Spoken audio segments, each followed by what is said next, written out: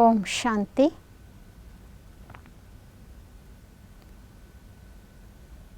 ಈ ಜಗತ್ತಿನಲ್ಲಿ ಅನೇಕರು ಅನೇಕ ಸಾಧನೆಗಳನ್ನು ಮಾಡಿರ್ತಾರೆ, ಅನೇಕ ಸಂಸ್ಥೆಗಳನ್ನು ಕಟ್ಟಿರ್ತಾರೆ, ದೀರ್ಘಕಾಲದವರೆಗೂ ನಡೆಸಿರ್ತಾರೆ. ಬಹಳ ದೀರ್ಘಕಾಲ ನಡೆದ ಸಂಸ್ಥೆಗೆ ಬೆಳ್ಳಿ ಮಹೋತ್ಸವ, ರಜತ ಮಹೋತ್ಸವ ಅಂತ ಆಚರಿಸ್ತಾರೆ. ಇನ್ನೂ ದೀರ್ಘಕಾಲ ಆಯಿತು ಅಂದರೆ ಸುವರ್ಣ ಮಹೋತ್ಸವ ಅಂತ ಆಚರಿಸ್ತಾರೆ. ಹಾಗೆ ಇನ್ನೂ ದೀರ್ಘಕಾಲ ಆತಂದರೆ 50 ವರ್ಷದ ನಂತರವೂ 60ನೇ ವರ್ಷಕ್ಕೆ ಕಾಲಿಟ್ಟಾಗ ವಜ್ರ ಮಹೋತ್ಸವ ಅಂತ ಆಚರಿಸ್ತಾರೆ.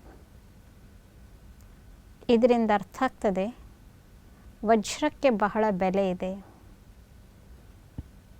ಎಷ್ಟೇ ಚಿನ್ನಮಯ ಆಭರಣ ಇದ್ದರೂ ಆ ಆಭರಣಕ್ಕೊಂದು ಲುಕ್, ಆಭರಣಕ್ಕೊಂದು ಅಟ್ರಾಕ್ಷನ್ ಬರೋದೇ ವಜ್ರದಿಂದ. ಅಲ್ಲಲ್ಲಿ ವಜ್ರದ ಹರಳುಗಳನ್ನು ಡಿಸೈನ್ನಿಂದ ಅಥವಾ ಅಲ್ಲಲ್ಲಿ ಅಂಟಿಸಿದಾಗ ಆ ವಜ್ರದ ಆಭರಣ ಎಷ್ಟು ಬೆಲೆ, ಎಷ್ಟು ಅಟ್ರಾಕ್ಷನ್. ಹಾಗೆ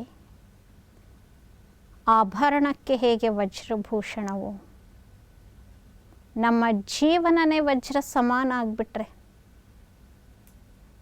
ನನ್ನ ಜೀವನನೇ ವಜ್ರದಂತೆ ಮಾಡಿಕೊಂಡ್ಬಿಟ್ರೆ, ವಜ್ರ ಸಮಾನ ಜೀವನ ನಡೆಸಲು ಕೆಲವೊಂದು ಯುಕ್ತಿಗಳನ್ನು ತಿಳಿದುಕೊಳ್ಳೋಣ. ವಜ್ರ ಸಮಾನ ಜೀವನವನ್ನಾಗಿ ನಮ್ಮದನ್ನು ಈ ದಿನ ಅಪ್ಗ್ರೇಡ್ ಮಾಡಿಕೊಳ್ಳುವ ಸಂಕಲ್ಪ ಮಾಡೋಣ. ಆ್ಯಕ್ಚುಲಿ ವಜ್ರನೂ ಒಂದು ಕಾರ್ಬನ್ನೇ, ಕಾರ್ಬನ್ನಿಂದ ಇನ್ನೊಂದು ಫಾರ್ಮ್. ಹೇಗೆ ಈಗಿನ ಕಾಲದಲ್ಲಿ ಮೊಬೈಲ್ಗಳಲ್ಲಿ, ಟೆಲಿವಿಷನ್ಸ್ಗಳಲ್ಲಿ, ಪ್ರೋಗ್ರಾಮ್ಸ್, ಸಾಫ್ಟ್ವೇರ್ಸ್, ಆ್ಯಪ್ಸ್ಗಳಲ್ಲಿ ಹೈಯರ್ ವರ್ಷನ್ ಅಂತ ಬರ್ತದಲ್ಲ, ಹಂಗೆ ಕಾರ್ಬನ್ನಿನ ಒಂದು ವರ್ಷನ್, ಒಂದು ಫಾರ್ಮ್, ಅದು ವಜ್ರ. ಅದೇ ಕಾರ್ಬನ್ ಆಗಿದ್ರೆ ಅಷ್ಟು ಬೆಲೆ ಇರಲಿಲ್ಲ, ವಜ್ರಕ್ಕೆ ಅದು ಅಪ್ಡೇಟ್ ಆಯ್ತಲ್ಲ, ಅದಕ್ಕೆ ವಜ್ರಕ್ಕೆ ಬೆಲೆ. ಹಾಗೆ ನಮ್ಮ ಜೀವನನೂ ಇದಕ್ಕೊಂದು ದಿಕ್ಕು, ಮಾರ್ಗದರ್ಶನ, ಪ್ಲ್ಯಾನ್ ಇಲ್ಲದಿದ್ದರೆ ನಮ್ಮ ಜೀವನನೂ ಕಾರ್ಬನ್ ಸಮಾನನೇ. ಆದರೆ ಈಶ್ವರೀಯ ವಿಶ್ವವಿದ್ಯಾಲಯದ ಮೆಡಿಟೇಷನ್, ಈಶ್ವರೀಯ ವಿಶ್ವವಿದ್ಯಾಲಯದ ಬಹು ಅಮೂಲ್ಯವಾದ ಶಿಕ್ಷಣ ನಮ್ಮ ಜೀವನವನ್ನು ವಜ್ರ ಸಮಾನ ಮಾಡಿಕೊಳ್ಳಲು ಸೂಕ್ತವಾದ ಸೂತ್ರಗಳನ್ನು ತಿಳಿಸಿಕೊಡ್ತದೆ. ವಜ್ರ ಸಮಾನ ಆಗಬೇಕಾದ್ರೆ ಪ್ರಥಮ ವಜ್ರದ ಗುಣವನ್ನು ನಾವು ಕಲಿಬೇಕು. ವಜ್ರದ ಸ್ಪೆಷಾಲಿಟಿ ಏನಂದರೆ, ವಜ್ರ ಯಾವಾಗಲೂ ಶೀತಲ, ಕೂಲ್. ಅದಕ್ಕೆಷ್ಟೇ ಬೆಲೆ ಬರಲಿ, ಅದು ಆಭರಣದ ಮಧ್ಯದಲ್ಲೇ ಇರಲಿ ಅಥವಾ ಅದು ಬಿಸಿಲಿನಲ್ಲೇ ಇರಲಿ, ಅದು ಯಾವಾಗಲೂ ಕೂಲ್, ಶೀತಲ. ಗ್ಲಾಸ್ ವಜ್ರದಂತೆ ಕಟ್ ಮಾಡಿಟ್ರೆ ಅದು ಬೇಗ ಬಿಸಿಯಾಗಿಬಿಡ್ತದೆ. ಕಬ್ಬಣ ಬಿಸಿಲಾಗಿಡ್ರಿ ಮುಟ್ಟಕ್ಕಾಗಂಗಿಲ್ಲ, ಗ್ಲೌಸ್ ಹಾಕ್ಕೊಂಡು ಹಿಡಿಬೇಕಾಗ್ತದೆ, ಬೇಗ ಬಿಸಿ ಆಗ್ತದೆ. ಹಾಗೆ ನಮ್ಮ ಲೈಫ್ನಲ್ಲಿ ವಜ್ರ ಸಮಾನರಾಗಬೇಕಾದ್ರೆ ನಮ್ಮ ಅಂತರಂಗ ಶೀತಲ ಇಟ್ಕೋಬೇಕು. ಶೀತಲ ಅಂದರೆ ಕೂಲ್. ಕೂಲ್ ಶಬ್ದ ಎಷ್ಟು ಕೂಲ್ನೆಸ್ ಕೊಡ್ತದೆ, ಆದರೆ ಕೂಲ್ ಆಗಿರೋದೊಂದು ದೊಡ್ಡ ಸಾಧನೆಯಾಗಿದೆ. ಎಲ್ಲ ಪರಿಸ್ಥಿತಿಗಳು ನನ್ನ ಅನುಕೂಲ ತಕ್ಕಂತಿದ್ದಾಗ ಶೀತಲವಾಗಿರೋದು ಬಹಳ ದೊಡ್ಡ ಸಾಹಸವೇನಲ್ಲ. ಪ್ರತಿಕೂಲತೆಗಳ ಮಧ್ಯದಲ್ಲೂ ಜೀವನ, ಮನಸ್ಸು ಶೀತಲ ಇಟ್ಕೊಳ್ಳೋದು ಇದು ಒಂದು ಜಾಗೃತ ಎಚ್ಚರಿಕೆಯ ಪುರುಷಾರ್ಥವಾಗಿದೆ. ನಾನು ವಜ್ರ ಸಮಾನ ಆಗಬೇಕು, ನಾನು ವಜ್ರ ಸಮಾನ ಆಗಬೇಕು ಎನ್ನುವ ಹಂಬಲ ಇದ್ದ ಮನುಷ್ಯ ತನ್ನ ಜೀವನವನ್ನು ಕೂಲಾಗಿಟ್ಟು ಸಾಧನೆಯನ್ನು ಮಾಡ್ತಾನೆ. ಕ್ರೋಧ ಮಾಡೋದು ದೊಡ್ಡ ಸಾಹಸವೇನಲ್ಲ. ಜಗಳ ಮಾಡಲಿಕ್ಕೆ, ಕ್ರೋಧ ಮಾಡಲಿಕ್ಕೆ, ಸಿಟ್ಟಿಗೇರಲಿಕ್ಕೆ, ಅಹಂಕಾರದಿಂದ ಒದರಾಡಲಿಕ್ಕೆ ಜನರಿಗೆಲ್ಲ ಕಾಮನ್, ಈಸಿ. ಅದಕ್ಕೆ ಟ್ರೈನಿಂಗ್ ಕೊಡಬೇಕಾಗೇ ಇಲ್ಲ. ಸುಲಭವಾಗಿ ಜಗಳಕ್ಕೆ ನಿಲ್ತಾರೆ, ಸುಲಭವಾಗಿ ರೋಬನ್ನು ಹಾಕ್ತಾರೆ, ಘಮಂಡನ್ನು ತೋರಿಸ್ತಾರೆ. ಇವೆಲ್ಲ ನಮ್ಮ ಜೀವನವನ್ನು ಕಬ್ಬಿಣ, ಕಲ್ಲು, ಬೂದಿಯನ್ನಾಗಿ ಮಾಡ್ತದೆ. ಇಂದು ನಾವು ಚರ್ಚಿಸುತ್ತಿರುವುದೇ ಜೀವನ ವಜ್ರ ಸಮಾನ ಮಾಡಿಕೊಳ್ಳುವ ಸೂತ್ರಗಳು. 1ನೇ ಸೂತ್ರ ಶೀತಲತೆ. ಜಲದ ಮೂಲಗುಣ ಶೀತಲತೆ. ನನ್ನ ಮೂಲಗುಣವು ಶೀತಲವಾಗಿರಬೇಕು. ನನ್ನ ಸುತ್ತಮುತ್ತಿರುವಂತಹ ಜನರು ನಾನು ಅಂದುಕೊಂಡಂತೆ ನನಗೆ ಸ್ಪಂದಿಸಲಿಕ್ಕಿಲ್ಲ, ಆದರೂ ನಾನು ಶೀತಲವಾಗಿ ವ್ಯವಹರಿಸುವುದನ್ನು ಕಲಿಬೇಕು. ನಾನು ಅಂತರಂಗದಲ್ಲಿ ಶೀತಲ ಇದೀನೋ ಇಲ್ಲೋ ಹೆಂಗೆ ಚೆಕ್ ಮಾಡ್ಕೊಳ್ಳೋದು? ಜ್ವರ ಬಂದಿದೆ, ಎಷ್ಟು ಜ್ವರ ಬಂದಿದೆ ಡಿಗ್ರಿ ಚೆಕ್ ಮಾಡ್ಕೊತಾರಲ್ಲ, ಅದಕ್ಕೊಂದು ಪ್ಯಾರಾಮೀಟರ್ ಇರ್ತದೆ, ಥರ್ಮೋಮೀಟರ್. ಥರ್ಮೋಮೀಟರ್ಲೇ ಚೆಕ್ ಮಾಡ್ಕೊತೀವಿ ನಮ್ಮದು ಎಷ್ಟು ಜ್ವರ ಇದೆ. ಹಂಗೆ ನಾವು ಒಳಗೆ ಎಷ್ಟು ಶೀತಲ ಇದ್ದೀನಿ ಹೆಂಗೆ ಚೆಕ್ ಮಾಡ್ಕೊಳ್ಳೋದು? ಯಾರು ಶೀತಲವಾಗಿರ್ತಾರೋ ಅವರು ಮಧುರವಾಗಿ ವ್ಯವಹರಿಸುತ್ತಾರೆ, ಮಧುರವಾಗಿ ಉತ್ತರಿಸುತ್ತಾರೆ. ಅನೇಕ ಜವಾಬ್ದಾರಿಗಳಿಗೆ ಮಧುರತೆಯಿಂದ ಸ್ಪಂದಿಸುತ್ತಾರೆ. ಶೀತಲವಾಗಿರೋರು, ನಂಗೆ ಕೆಲಸ ಜಾಸ್ತಿ ಆಯ್ತು, ನಂಗೆ ಪ್ರೆಷರ್ ಭಾಳ ಆಗಿದೆ, ನಂಗೆ ಭಾಳ ರೆಸ್ಪಾನ್ಸಿಬಿಲಿಟೀಸ್ ಇದ್ದಾವೆ. ಬಹುಶಃ ಶೀತಲವಾಗಿದ್ದವರ ಬಾಯಲ್ಲಿ ನಂಗೆ ಪುರ್ಸೊತ್ತೇ ಇಲ್ಲ,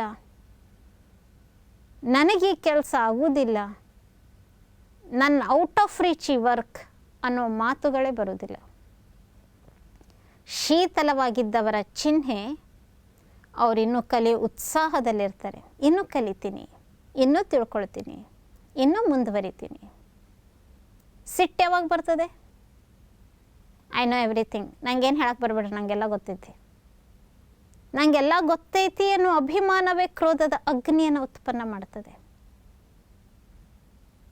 ನಾನಿನ್ನೂ ಭಾಳ ತಿಳ್ಕೋಬೇಕಾಗಿದೆ ಅನ್ನುವ ಜ್ಞಾನಾರ್ಜನೆಯ, ಆ ವಿದ್ಯಾರ್ಜನೆಯ ಅಂತರಂಗದ ಉತ್ಸಾಹ ನಮ್ಮನ್ನು ಶೀತಲವಾಗಿಡ್ತದೆ. ಶೀತಲವಾಗಿರೋರ ಚಿಹ್ನೆ ಏನಂದರೆ, ಯಾವ ಕಡೆಯಿಂದ ಶಿಕ್ಷಣ ಬಂದರೂ ಪ್ರೀತಿಯಿಂದ ಸ್ವೀಕರಿಸ್ತಾರೆ. Let the noble thoughts come from every corner of the world. ಯಾರು ಏನು ಹೇಳಿದರು, ಏನು ಶಿಕ್ಷಣ ಕೊಟ್ಟರು ಎಸ್ ಅಂತ ಸ್ವೀಕಾರ ಮಾಡ್ತಾರೆ. ಶೀತಲ ಅಂತಂದರೆ ಸ್ವೀಕೃತಿಯ ಮನೋಭಾವನೆ ಇರೋರು, ಎಕ್ಸೆಪ್ಟೆನ್ಸ್. ಎಲ್ಲವನ್ನು ಸ್ವೀಕರಿಸೋದು ಕಲಿಬೇಕು. ದೊಡ್ಡವರು ಶಿಕ್ಷಣ ಕೊಡ್ಬೋದು, ಜನರು ಇನ್ಸಲ್ಟ್ ಮಾಡ್ಬೋದು, ಚಿಕ್ಕವರಿಂದಲೂ ಶಿಕ್ಷಣ ಹರಿದು ಬರಬಹುದು, ಪರಿಸ್ಥಿತಿಗಳ ಪಾಠವೂ ಕಲಿಸಲು ಬರಬಹುದು. ಕಲಿಕೆಯ ಹಂಬಲವಿದ್ದವರು, ಶೀತಲ ಇದ್ದವರು ಕಲಿತಾರೆ. ಶೀತಲವಾಗಿರಬೇಕಾದ್ರೆ, ಕಲಿಬೇಕಾದ್ರೆ, ಅಕ್ಸೆಪ್ಟ್ ಮಾಡಬೇಕಾದ್ರೆ ನಮ್ಮ ಹೃದಯ ವಿಶಾಲ ಇರಬೇಕು. ಯಾಕಂದರೆ ಅದನ್ನೆಲ್ಲ ಸ್ಟೋರ್ ಮಾಡಬೇಕಲ್ಲ. ಯಾರ ಅಂತರಂಗ ಅನ್ಲಿಮಿಟೆಡ್ GB ವಿಶಾಲ ಇದೆಯೋ ಅವ್ರು ಮಾತ್ರ ಶೀತಲಿರಬಲ್ಲರು. ಯಾರು 10 GB, 50 GB, 64 GB ಇಷ್ಟೇ GB ಗಳಷ್ಟೇ ಇಟ್ಕೊಂಡಿರ್ತಾರೋ ಲಿಮಿಟೆಡ್, ಇದಕ್ಕಿಂತ ಹೆಚ್ಚು ಸಾಧ್ಯ ಇಲ್ಲರಿ ನನ್ನ ಕಡೆ.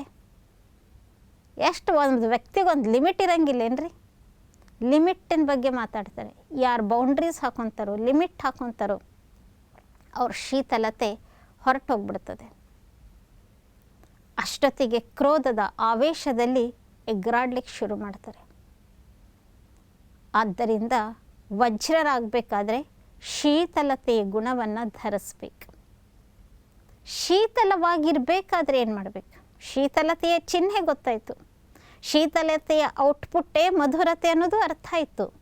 ಈಗ ಶೀತಲತೆಯನ್ನು ಧರಿಸೋದು ಹೇಗೆ, ಎಲ್ಲಿಂದ? ಜೈಸಾ ಸಂಗ್ ವೈಸಾ ರಂಗ್. ಯಾರ ಸಂಗ ಮಾಡ್ತೀವೋ ಅದರಂತೆ ಬಣ್ಣ ತಾಗ್ತದೆ. ಈ ಜಗತ್ತಿನಲ್ಲಿ ಅಖಂಡ ನಿತ್ಯ ಶೀತಲತೆಯ ಸಾಗರ ಭಗವಂತನಾಗಿದ್ದಾನೆ. ಭಗವಂತ ಶಾಂತಿಯ ದಾತನಾಗಿದ್ದಾನೆ. ಪ್ರತಿನಿತ್ಯ ನನ್ನ ಅಂತರಂಗದ ಮನದ ಸಂಕಲ್ಪವನ್ನು, ಸ್ಮೃತಿಯನ್ನು ಜ್ಯೋತಿ ಸ್ವರೂಪ ಶಿವ ಪರಮಾತ್ಮನ ಜೊತೆಗೆ ಜೋಡಿಸಿಕೊಂಡಾಗ ನನ್ನ ಮನಸ್ಸು ಶೀತಲವಾಗಲು ಸಾಧ್ಯ. ನೀವು ಪ್ರಯತ್ನ ಪಟ್ಟು ನೋಡಿ. ಇವತ್ತಿನ ದಿನ 2 ಮಿನಿಟ್ಸ್ ಭಗವಂತನ ನೆನಪು ಮಾಡಿರಿ, ಶೀತಲತೆ ವೃದ್ಧಿ ಆಗ್ತದೆ. ನಾಳೆ ದಿನ 4 ನಿಮಿಷ ಮೆಡಿಟೇಷನಲ್ಲಿ ಭಗವಂತನ ಜೊತೆಗೆ ವಾರ್ತಾಲಾಪ ಮಾಡಿರಿ, ಶೀತಲತೆ ಪ್ರಭೆಯು ವೃದ್ಧಿ ಆಗ್ತದೆ. ಬನ್ನಿ, ಮೊಬೈಲನ್ನು ಕರೆಂಟ್ನಿಂದ ರೀಚಾರ್ಜ್ ಮಾಡ್ಕೊಳ್ತೀವಿ, ನಮ್ಮನ್ನು ನಾವು ಶೀತಲತೆಯಿಂದ ರೀಚಾರ್ಜ್ ಮಾಡಿಕೊಳ್ಳೋಣ. ಎಷ್ಟು ಸಿಟ್ಟು ಮಾಡ್ತೀವೋ ಅಷ್ಟು ಡಿಸ್ಚಾರ್ಜ್ ಆಗಿದ್ದೀವಿ ಅಂತ ಅರ್ಥ. ಶೀತಲರಾಗೋಣ. ನಿತ್ಯ ವಜ್ರ ಸಮಾನ ಜೀವನವನ್ನು ನಡೆಸಲು ಈಶ್ವರಿ ವಿಶ್ವವಿದ್ಯಾಲಯದ ಮೆಡಿಟೇಷನನ್ನು ಕಲಿಯೋಣ. ಓಂ ಶಾಂತಿ. ಓಂ ನಮಃ ಶಿವಾಯ.